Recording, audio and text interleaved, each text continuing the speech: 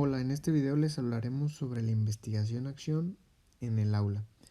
Primero vamos a partir de lo que es investigación-acción en general y ya nos enfocaremos posteriormente a la investigación-acción en el aula.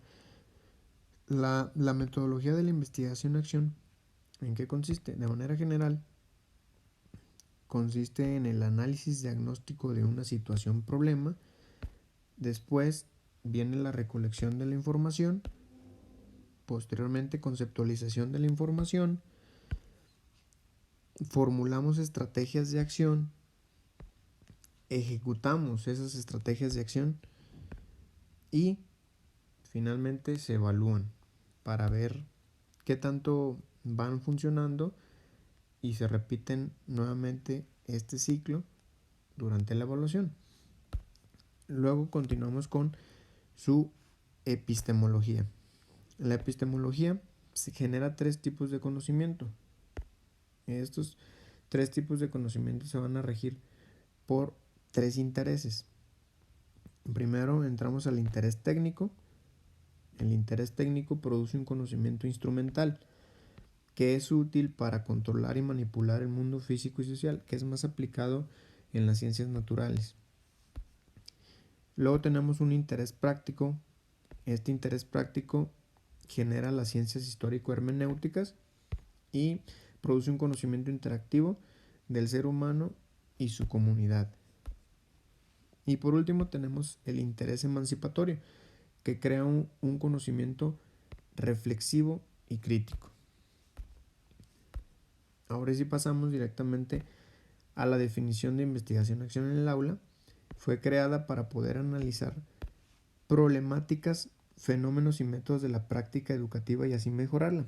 Esta tiene una tendencia a reconceptualizar el campo de la investigación educacional en términos más participativos y con miras a esclarecer el origen de los problemas, los contenidos programáticos, los métodos didácticos, los conocimientos significativos y la comunidad de docentes. Esos son los objetivos de la investigación en el aula.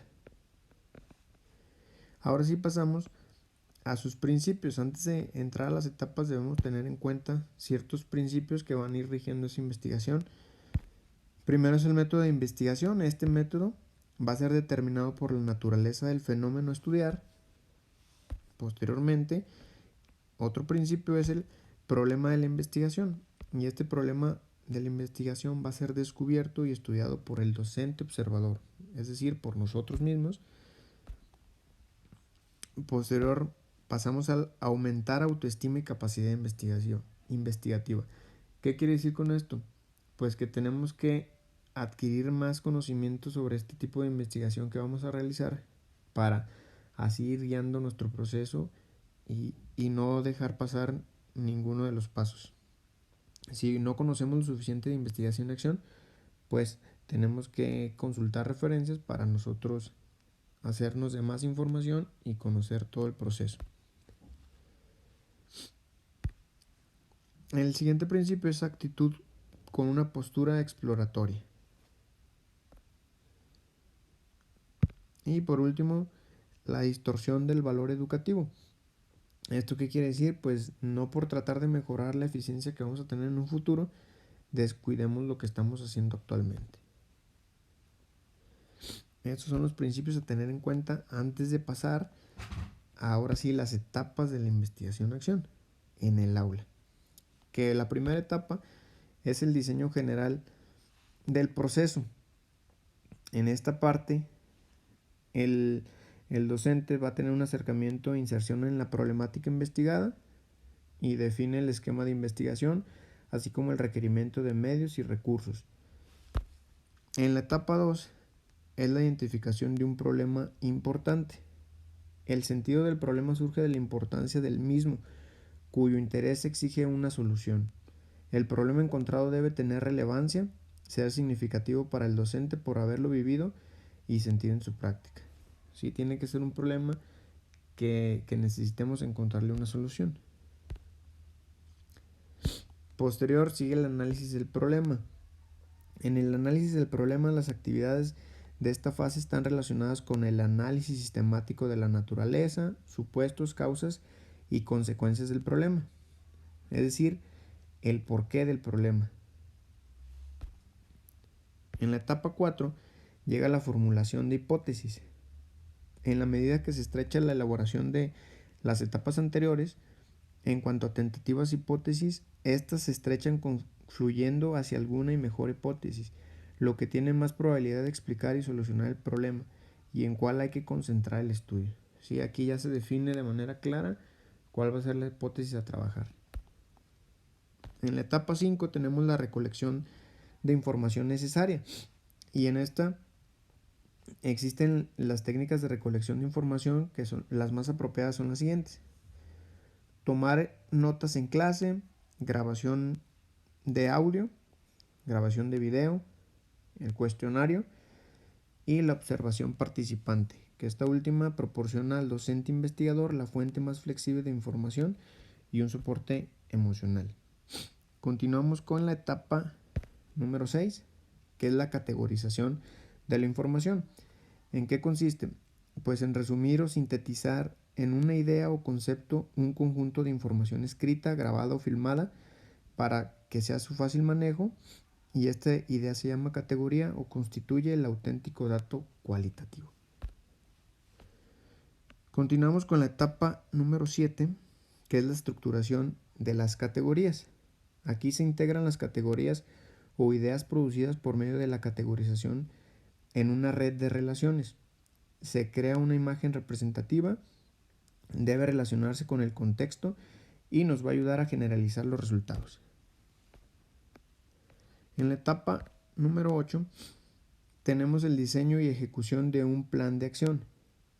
Con base en la estructura anterior, se debe señalar una secuencia lógica de pasos: cuándo va a ser interpretado, cómo y dónde, los pros y los contras de cada paso, los objetivos finales que se desean lograr, los obstáculos que hay que superar, los medios alternos y recursos que se necesitarán, las posibles dificultades que se pueden interponer en el camino y cómo se superarán, y la evaluación que se utilizará para apreciar el nivel de logro programado.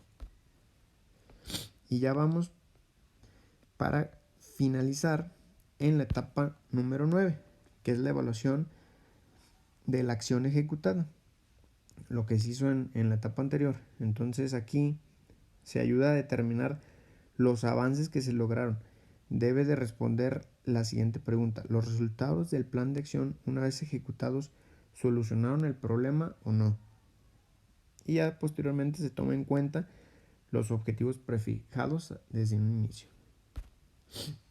Ya que se acabaron las 9 etapas, continúan otras partes, que va a ser la repetición espiral del ciclo, desde la etapa 2 a la 9.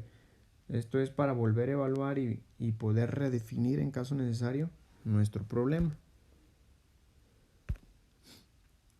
Pasamos a la presentación del informe. Ya que se volvió a analizar, se evaluó, pues definimos de manera clara, ya presentamos el informe, que es lo que estamos haciendo, y pues aquí se sugiere que la descripción, que sea como la descripción o narración del trabajo realizado en el orden y secuencia de cómo se fue realizando, haciendo una exposición de las etapas de la investigación, cómo fue apareciendo la preocupación inicial, por qué nos llamó la atención, qué autores leímos o consultamos, cómo fuimos enfrentando y abordando cada una de esas etapas, las dificultades que encontramos, qué decisiones tomamos y en qué argumentos nos basamos, cómo las solucionamos, y así adelante hasta la conclusión del trabajo.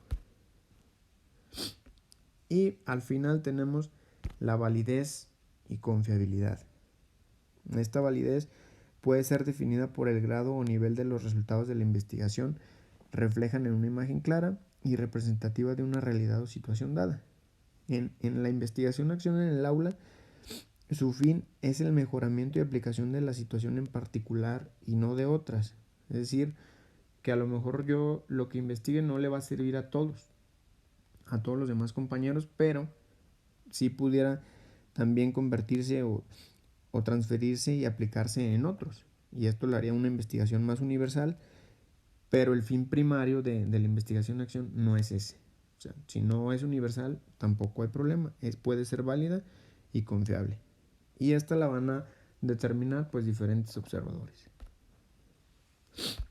Y así, esta es la manera en cómo se concluye la explicación de la investigación de acción dentro del aula.